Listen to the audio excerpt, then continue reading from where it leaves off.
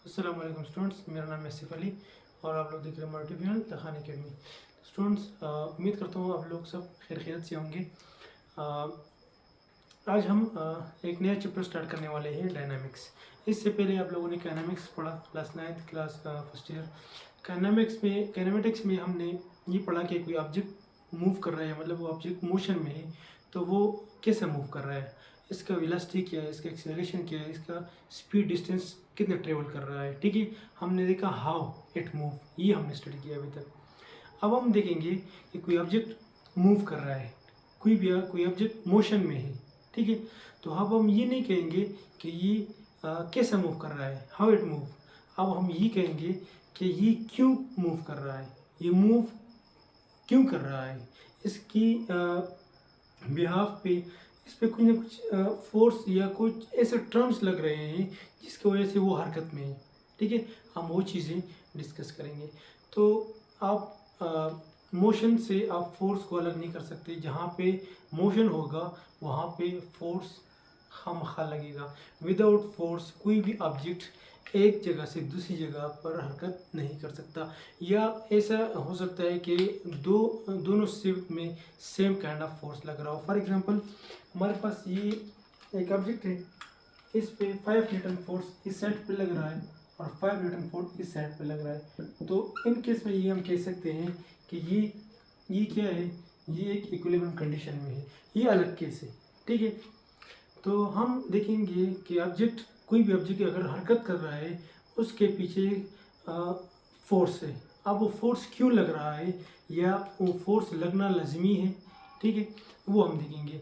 तो सबसे पहले हम ये स्टडी करें कि फोर्स होता क्या है। ठीक है, सबसे पहले इसको किसने इंट्रोड्यूस करवाया था, तो मैं आपको बताऊं कि सबसे पहले जो 6th सेंचुरी के अंदर सबसे पहले अरिस्टोटल एक साइंटिस्ट था।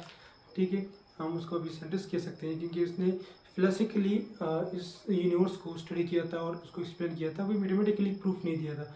उसने ये कहा था कि कोई भी मोशन अगर अननेचुरल हो उसको हम फोर्स कहते हैं। कोई अननेचुरल मोशन हो, ऑब्जेक्ट मूव करे, ठीक है, अगर ऑब्जेक्ट मोशन में हो मतलब, तो उस मोशन किस वजह से हो रहा है, उसके पीछे जो लगने वाला टर्म्स है, कंडीशंस है, उसको हम फोर्स कहते हैं। अरिस्टोटल ने कहा था। फिर बाद में क्या नाम है, फिर उसके बाद अरिस्टोटल के बाद गलीलियो आया था 17th सेंचुरी में।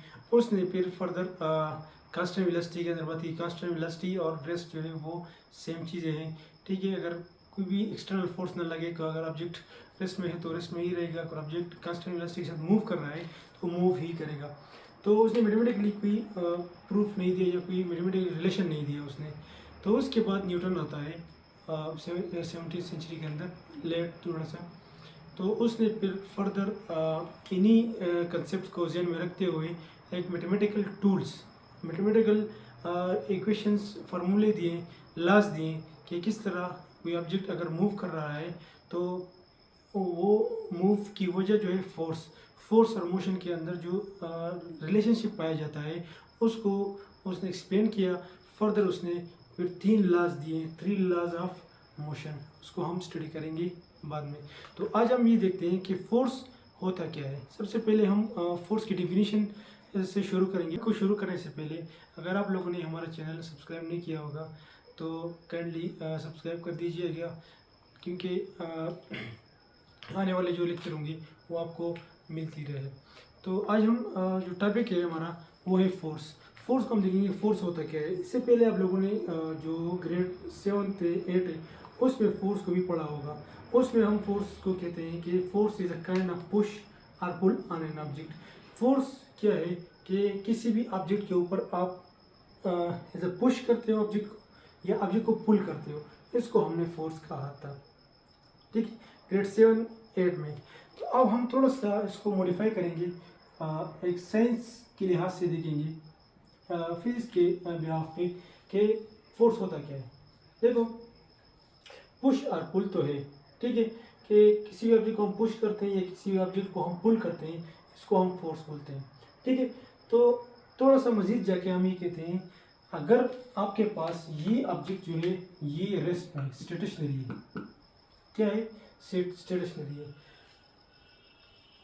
अब मैं उस ऑब्जेक्ट को पुश करता हूँ, ठीक है, मूव करवाने की कोशिश करता हूँ, ट्राई टू पुश करने की कोशिश करता हूँ ताकि ये ऑब्जेक्ट मोशन में आ जाए, या ये ऑब्जेक्ट इतना बड़ा है कि मैं इसको धक्का नहीं दे सकता, तो मैं जस्ट ट्राई कर सकता हूँ, ठीक है। फॉर एग्जांपल मैं इस बोर्ड को पुश करता हूँ, इस बोर्ड के ऊपर मैं फोर्स लगाता हूँ। मैं इस बोर्ड को तो पुश नहीं कर सकता दीवार के पीछे, लेकिन मैं ट्राई कर सकता हूँ, मैं अपना फोर्स लगा सकता हूँ, ठीक है। इस तरह अगर ये ऑब्जेक्ट मोशन में है ऑलरेडी, ये अब स्टेशनरी है, ये ऑब्जेक्ट क्या है, इन मोशन, ये मोशन में है, मैं इसके सामने आ जाऊं, ठीक है, इसको स्टॉप करने की कोशिश करता हूं, ठीक है, मैं अपना फोर्स लगाता हूं ताकि मैं इसको रोक सकूं, ठीक है। अगर मैं यहाँ इसको ना रोक सकूं तो लेकिन जो ट्राई मैं कर रहा हूं कि मैं इसको रोकूं, ठीक है, इस रोकने का अमल को भी फोर्स कहते हैं, क्योंकि आप कोशिश तो कर रहे हो, स्टॉप करने की कोशिश कर रहे हो, अपना फोर्स लगा रहे हो, लेकिन आपसे नहीं हो पा रहा। Is tend to stop a moving body, yes, start to motion a stationary body, इसको हम क्या कहेंगे, फोर्स। या हम इस ऑब्जेक्ट को मूव करवाएं या मूव करवाने की कोशिश करें, या किसी भी मूविंग ऑब्जेक्ट को स्टॉप करवाएं या स्टॉप करवाने की कोशिश करें, इसको हम बोलते हैं फोर्स। आई होप आप लोगों को फोर्स समझ में आया होगा कि या तो हम ऑब्जेक्ट की जो हालत है रेस्ट में है तो रेस्ट से निकालें, या मोशन में है मोशन से निकालें, उसको रोकें। इस कोशिश को ही हम क्या कहते हैं, फोर्स, ठीक है। यहाँ तक आप लोगों को एक बात समझ में आई होगी कि मोशन और फोर्स दोनों एक ही चीज़ है। अगर मोशन है तो फोर्स है, अगर फोर्स है तो किसी भी ऑब्जेक्ट के ऊपर, ठीक है, तो खामखा मोशन होगा, या उस ऑब्जेक्ट का जो शेप है वो चेंज होगा, ठीक है।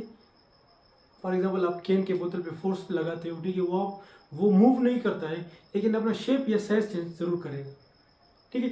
फोर्स की वजह से कुछ ना कुछ डिफॉर्मेशन जरूर होगी, ठीक है। तो फिर हम कहते हैं कि ये फिजिकल क्वांटिटी है, जाहिर सी बात है फिजिकल क्वांटिटी तो है, इसको हम मेजर कर सकते हैं कि हम इस ऑब्जेक्ट के ऊपर, इस ब्लॉक के ऊपर हम कितना फोर्स लगाते हैं, ये इसको हम काउंट कर सकते हैं। इसके अलावा ये हमारे पास वेक्टर क्वांटिटी है। वेक्टर क्वांटिटी आप लोग जानते हो कि वेक्टर क्वांटिटी हम उस क्वांटिटी को बोलते हैं जब हम किसी मकदार में इस ऑब्जेक्ट पे फोर्स लगाते हैं, ठीक है। वो मकदार हमें मालूम है 5 न्यूटन, ठीक है। हमें ये भी मालूम है कि ये टूवर्ड वेस्ट है, वेस्ट की तरफ हम इस ब्लॉक को धकेल रहे हैं, ठीक है। डायरेक्शन भी पता है और मैग्नीट्यूड भी पता है, मकदार भी पता है हमें, इसलिए हम इसको क्या कहते हैं, वेक्टर क्वांटिटी। इसके अलावा इसको SI यूनिट में, सिस्टम इंटरनेशनल में हम रिप्रेजेंट करते हैं न्यूटन से। तो न्यूटन क्या है, इस यूनिट को हम बाद में एक्सप्लेन करेंगे, जब हम न्यूटन सेकंड लॉ को एक्सप्लेन करने जाएंगे तो वहाँ से आप लोगों को पता चल जाएगा कि न्यूटन है क्या, और इसको हम एज अ फोर्स यूनिट क्यों कहते हैं, क्योंकि न्यूटन ने इसको एक्सप्लेन किया था, जो जितने उसके लाजे थी उस बिहाफ से ये फोर्स को उसने एक्सप्लेन किया था, इसलिए यहाँ पर फोर्स का यूनिट इसने न्यूटन दिया है। इसके अलावा इसका ऐसा बेस यूनिट किलोग्राम मीटर पर सेकंड स्क्वायर है, और इसका जो डायमेंशन है वो LMT इनवर्स या T इनवर्स स्क्वायर है। यहाँ क्लास 9 वाले शायद इसको ना समझें कि MLT का जो कंसेप्ट है ये यहाँ पे क्यों यूज़ हुआ है। ये क्लास फर्स्ट ईयर वालों के लिए कि MLT वहाँ पर हम डायमेंशन के लिए यूज़ करते हैं। जब हमारे पास इक्वेशन आ जाता है कि हम चेक करते हैं इक्वेशन ठीक है या नहीं है, उस बिहाफ पे हम MLT से ये जो डायमेंशन है, डायमेंशन के रूल से हम उसको कैलकुलेट करने की कोशिश करते हैं, हम ये चेक करते हैं कि ये इक्वेशन ठीक है या नहीं है, ठीक है। तो आई होप आप लोगों को फोर्स समझ में आया होगा, ठीक है। फर्दर हम इसके दो टाइप्स को स्टडी करने की कोशिश करेंगे। टू टाइप्स, जो पहला हमारे पास टाइप ऑफ फोर्स है वो कॉन्टैक्ट फोर्स, ठीक है। अब कॉन्टैक्ट फोर्स क्या है, ठीक है। Contact force when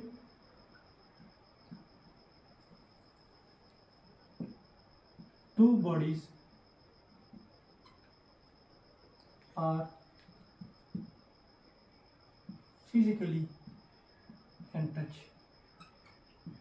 for example हमारे पास ये ब्लॉक है और ये हमारे पास एक बॉल है, ठीक है। ये ऑब्जेक्ट इस ऑब्जेक्ट पर फोर्स लगा रहे हैं, ठीक है। कांटेक्ट फोर्स का मतलब ये कि दो ऑब्जेक्ट बिल्कुल साथ में जुड़े हुए हैं। फॉर एग्जांपल मैं एक टेबल को पुश करने की कोशिश करता हूँ, बस टेबल है, इसको मैं पुश करने की कोशिश करता हूँ, ठीक है। तो मेरा हाथ जो है वो टेबल के साथ टच हो रहा है, मैं फोर्स लगा रहा हूँ, डायरेक्ट फिजिकली उस ऑब्जेक्ट को टच कर रहा हूँ। फॉर एग्जांपल मैं इस व्हाइट बोर्ड पे फोर्स लगा रहा हूँ, मैं इस व्हाइट बोर्ड को टच कर रहा हूँ। ये जो फोर्स है, जहाँ पर दो फिजिकल बॉडीज, जिस बॉडी पर फोर्स लग रहा है, जो बॉडी फोर्स लगा रहा है, वो दोनों फिजिकली कांटेक्ट में, ठीक है, फिजिकली वो एक दूसरे को टच कर रहे हैं, उस फोर्स को हम कांटेक्ट फोर्स कहेंगे।